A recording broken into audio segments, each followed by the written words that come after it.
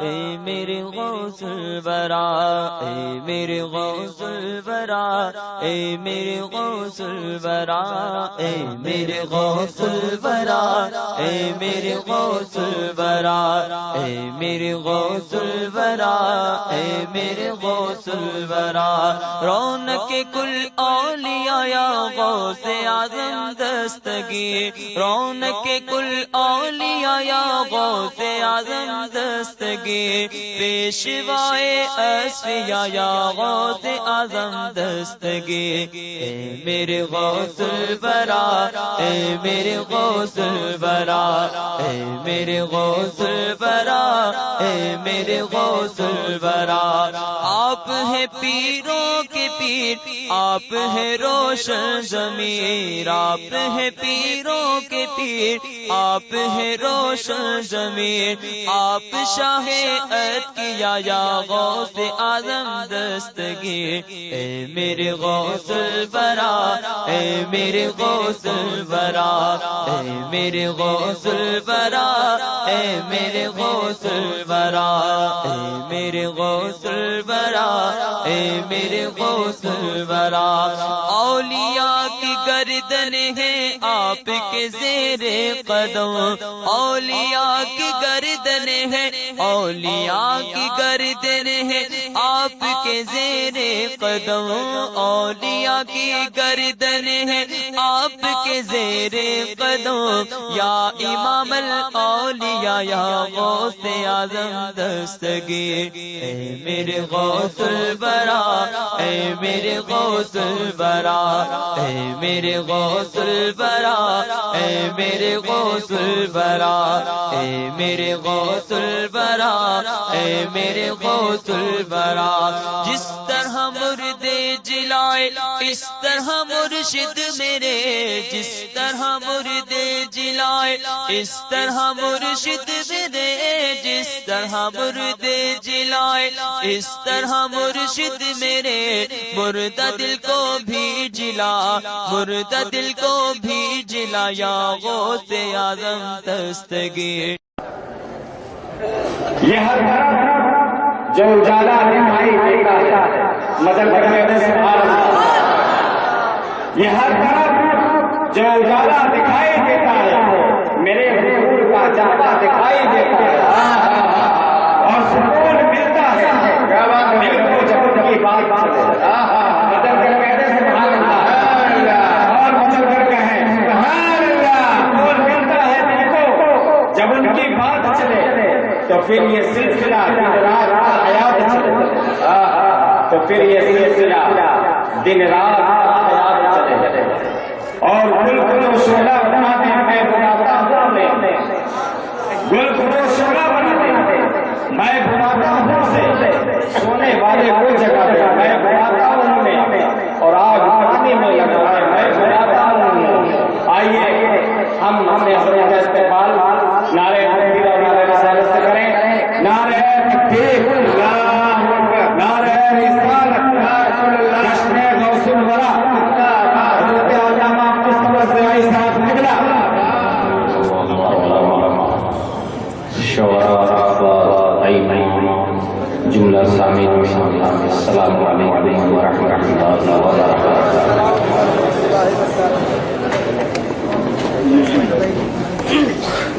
الحمد لله الحمد لله الذي فضل سيدنا محمد صلى الله تعالى على العالمين جميعا وأقامه يوم القيامة للنبيين المتمثلين الخطائين الهالكين شفيعا، وصلى الله تعالى وسلم وبارك عليه وعلى كل من هو محمد ومرضي لديه صلاة طابت روح بدوام الملك الحي القيوم، أشهد أن لا إله إلا الله وحده لا شريك له، وأشهد أن سيدنا محمدا وكنتم على شفا حفرة من النار فأنقذكم منها، صدق الله العظيم وبلغنا رسوله النبي الأمين المتين الكريم، ونحن على ذلك من الشاهدين والشاكرين والحمد لله رب العالمين. باوقار محترم سامعین حضرات، اللہ رب العزت کا یہ ہم پر آپ پر خاص فضل ہے کہ رات کا وہ وقت جو انسان فطری طور پر سونے کا عادی ہے، اس وقت ہم اور آپ جاگ کر یہاں اکٹھا ہو کر اس بات کا جو ثبوت دے رہے ہیں کہ ہم آج بھی اللہ کے محبوب بندوں کی عظمتوں کو سننے اور ان کی زندگی کے قیمتی نفوس کو اپنے دل میں اتارنے کا جذبہ رکھتے ہیں. ورنہ یہ پروگرام کسی کے اپنے گھر کے نجی تعلق سے نہیں، نہ کسی کے بچے کی شادی کا مسئلہ ہے، نہ کسی کے گھر کے تعمیر اور کسی کے کاروبار کو سجانے کا مسئلہ ہے. ایسا کچھ نہیں ہے. آپ سب امام الاولیاء کی محبت میں اکٹھا ہیں، تاج الاولیاء کی الفت میں جمع ہیں، انہی کی محبت میں نظریں لٹا رہے ہیں، انہی کی محبت میں نیند کو بھی قربان کر رہے ہیں.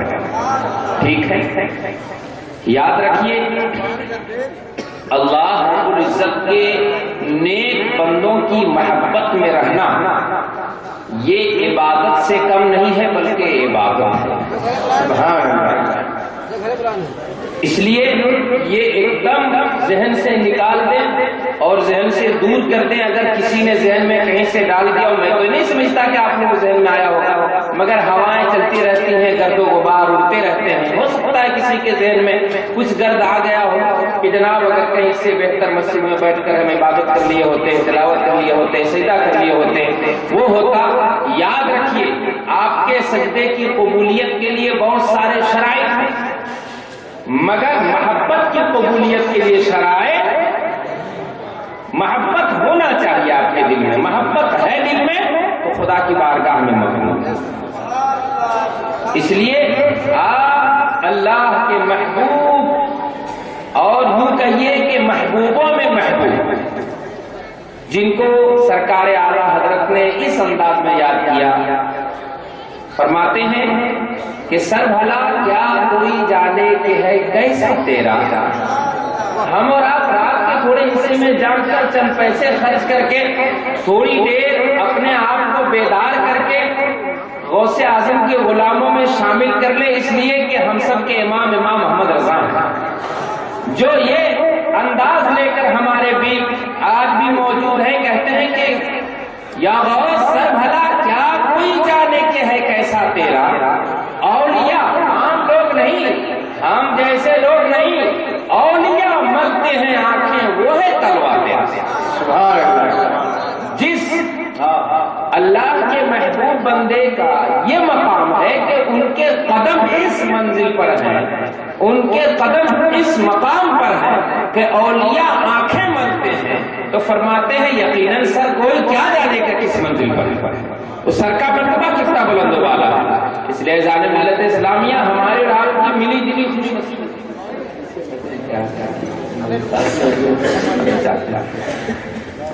تو میرے بھائیوں، یقیناً آپ تشریف رکھیں. جیسا کہ ابھی آپ نے سنا، وہ ہم جو نام تھا، جو منقبت پڑھنے والے ابھی موجود ہیں، اگر آپ ان کی نہ سنیں گے تو یقیناً ان کی دل شکنی ہوگی، اور آپ یہاں دل شکنی کرنے نہیں بلکہ دل کو خوش کرنے حاضر آئے. سبحان ہے کہ نہیں؟ سبحان اللہ. اور دل خوش ہوتا تبھی تو کام ہوتا ہے. یقیناً آج آپ کے اس انداز غلامانہ سے غوث پاک کی روح خوش ہو گئی تو پھر سمجھیے کام ہو جائے گا، کام ہو جائے گا. اس لیے کہ یہ مت سمجھیے گا، یہ مت سمجھیے جیسے لوگ کہتے ہیں کہ ارے میں وہ سنتے ہیں کیا، وہ دیکھتے ہیں کیا. ہم تو وہ ہیں کہ ہمارے پاس مضبوط دلائل ہیں اس بات کے کہ غوث اعظم ہمیں سن بھی رہے ہیں اور ہمیں دیکھ بھی رہے ہیں. سن بھی رہے ہیں اور دیکھ بھی رہے ہیں. درود پاک پڑھیے تو ہم یہ سے گفتگو کا آغاز کریں. درود پاک پڑھیے. اللہم صلی وسلم علی سیدنا محمد وعلی سیدنا محمد بارک وسلم صلاۃ دائمۃ علیک وعلی آلک سیدی یا حبیبی یا رسول اللہ صلی اللہ علیہ وسلم. یوں تو میں آپ کو پہلے ہی عرض کیا. سبحان اللہ. دعا میں نے جس آیت مقدسہ کی تلاوت کیا ہے یہ چوتھا پارے کے بالکل دوسرے صفحے کی آیت مبارکہ ہے، سورہ آل عمران کا۔ ہمیں جو حکم ملا ہے وہ اسی مضمون کے تحت ہم نے آیت مبارکہ کا انتخاب کیا ہے۔ ہم اپنے موضوع پر عرض معروض کا شرف حاصل کریں گے، مگر ہم برکت حاصل کرتے سنا غوث اعظم کی بارگاہ سے گفتگو کی ابتدا یہاں سے کرتے ہیں، تاکہ آئندہ جو میرا مضمون ہے اس امید کے ساتھ غوث پاک کی بارگاہ میں دعا ہے، سوال کرتے ہیں، دستہ بستہ حاضر ہوتے ہیں سیدنا غوث اعظم کی بارگاہ میں کہ جو ہمارے سماج میں اختلاف اور انتشار کا ایک ماحول ہے، روز ایک نیا گروہ اور نیا گروہ تیار ہو کر ہمارے اتحاد کو پاش کر رہا ہے۔ زمانے کے اختلافی حالات ہمارے اتحاد کو کمزور کر رہے ہیں۔ ہم یہ دعا لے کر، ہم یہ آرزو لے کر، ہم یہ تمنا لے کر سب آج یہیں سے غوث پاک کی بارگاہ میں استغاثہ کریں گے کہ حضور ہمارے درمیان سے یہ انتشار کا ماحول ختم ہو اور اتحاد کی رحمت برس پڑے ہمارے بیچ، اور ٹوٹے ہوئے دل ایک دوسرے سے جڑے، اور جہاں اختلاف اور انتشار ہے وہاں اتحاد و اتفاق کی دولت برس پڑے۔ ہم اس غرض سے حاضر ہوتے ہیں اور اس حدیث پاک سے ابتدا کرتے ہیں۔ بخاری شریف جلد اوپر کتاب الجنائز میں اللہ کے رسول صلی اللہ علیہ وسلم کا یہ مقدس فرمان ہوا۔ کیا گفتگو کا آغاز میں یہاں سے کر رہا ہوں کہ غوث اعظم ہمیں دیکھ بھی رہے ہیں اور ہمیں سن بھی رہے ہیں۔ نبی کریم صلی اللہ علیہ وسلم ارشاد فرماتے ہیں اذا اقبر المیت فی قبره وتولى عنه اصحابه انه لیسمع قرآن عالم۔ بخاری شریف جلد اول کتاب الجنائز۔ رسول کریم ارشاد فرماتے ہیں، چونکہ مضمون ہمارا دوسرا اس لیے اپنے مطلب اور مختصر فرماتے ہیں کہ جب میت قبر میں رکھی جاتی ہے اور قبر میں دفن کر کے لوگ واپس آنے لگتے ہیں، ان انداز بیان علماء سمجھتے ہیں نبی کریم سادہ زبان میں فرما دیتے ہیں، سادہ انداز نارمل انداز ہوتا کہ میت آواز سنتی ہے تب بھی نبی کا فرمان ہمارے بالکل دل اور جان، کوئی شک و شبہ کی گنجائش نہیں، مگر نبی کا انداز بیان بڑا زوردار ہے، تاکید کے ساتھ نبی نے ارشاد فرمایا، فرماتے ہیں کہ جب دفن کرنے والے میت کو دفن کر کے واپس آتے ہیں تو وہ میت واپس آنے والوں کے جوتوں کی آواز کو سنتی ہے۔ انہ لیسمع قرآن عالم، وہ میت واپس آنے والے کے جوتوں کی آواز کو بلا شبہ سنتی ہے، یعنی کوئی شک نہیں کہ آپ دفن کر کے واپس آ رہے ہیں تو آپ کے جوتوں سے جو آواز ہو رہی ہے وہ قبر میں لیٹی ہوئی میت نہ سنتی ہوگی۔ کیا سمجھ میں آئی بات؟ آپ خود کبھی اپنے جوتے چپل کی آواز نہیں سنتے، اتنی معمولی آواز ہوتی ہے۔ دوسری طرف میت کے حالات کی طرف نظر کریں جس کو آپ نے قبر میں لٹایا ہے، کیونکہ میت کو جب آدمی لٹا کر واپس آتا ہے تو کھلا چھوڑ نہیں دیتا قبر کو،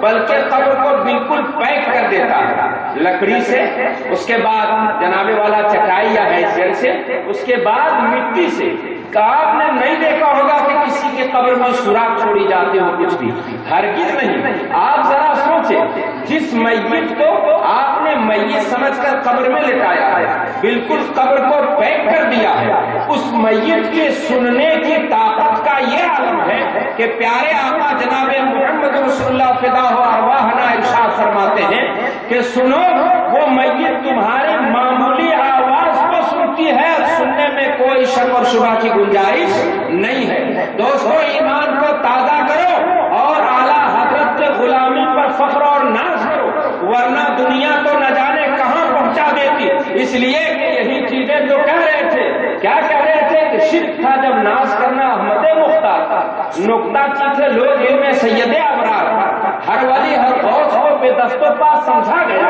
یا رسول اللہ کہنے پر تھا فتویٰ شرک کا، کفر پر ایک دن مشیت کو جلانا ہی گیا، میرے آقا کی محبت کا سوال آ ہی گیا۔ صورت تسکین کی نکلے دل سیماب سے ایک کرن اچانک پھوٹی چرخ پر مہتاب سے، اس کرن کو اہل دین احمد رضا کہنے لگے، امت ختم رسول کا پاسما کرنا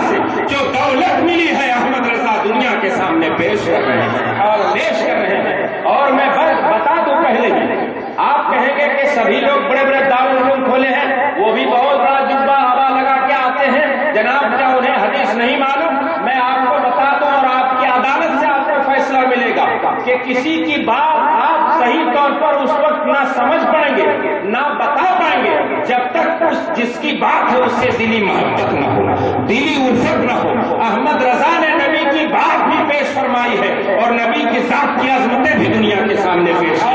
اور ادب اور عشق کے رسول کا عالم یہ ہے، یہ عالم ہے کہ دنیا تو کسی اور جگہ میں رہتی ہے مگر احمد رضا کی روح نبی کریم کے دربار کی غلامی کرتی رہتی ہے۔ اسی لیے تو ایک موقع پر سرکار اعلیٰ حضرت فرماتے ہیں، ارے اے خدا کے بندو ذرا میرے دل کو ڈھونڈو، ابھی پاس تھا میرے تو ابھی کیا ہوا خدایا۔ تو جب اللہ کے بندوں نے احمد رضا کے دل کا پتہ لگایا ہے تو آ کر کہتے ہیں اے احمد رضا، ہمیں اے رضا تیرے دل کا پتہ چلا بمشکل در روضہ کے مقابل وہ نظر ہمیں تو آیا، یہ نقوب حال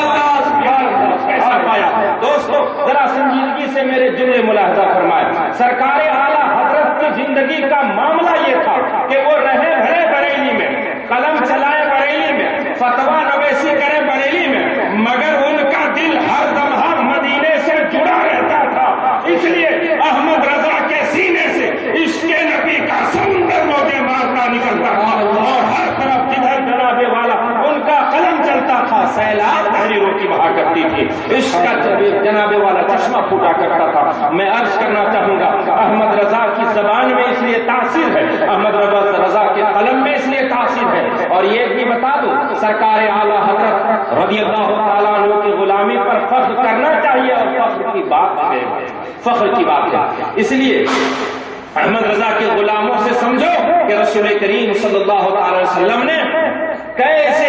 اجالے ہمیں عطا کر دیے ہیں اور کیا بتا دیے ہیں۔ لوگ کہتے ہیں کہ جناب والا جو قبر میں گئے ختم ہو گیا، ابھی تو ہم غوث اعظم کی بات نہیں کرتے، ابھی آتا ہے رسول ہند الولی غریب نواز کی بات نہیں کرتے سماعت کی، ابھی ہم سماعت کی اس میت کی بات کرتے ہیں جس کو قبر میں رکھا گیا ہے، جو میت قبر میں ہے۔ ارے ابھی عام میت کی سماعت کا پہلے اندازہ کر لے،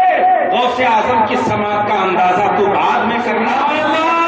میت کی سماعت کا اندازہ کر لے۔ نبی کریم عربی زبان سمجھتے ہوتے اچھل جاتے، نبی فرماتے انہو لا یسمع، بلا شبہ ضرور میت سنتی ہے۔ میں عرض کرنا چاہوں گا دوستو، آپ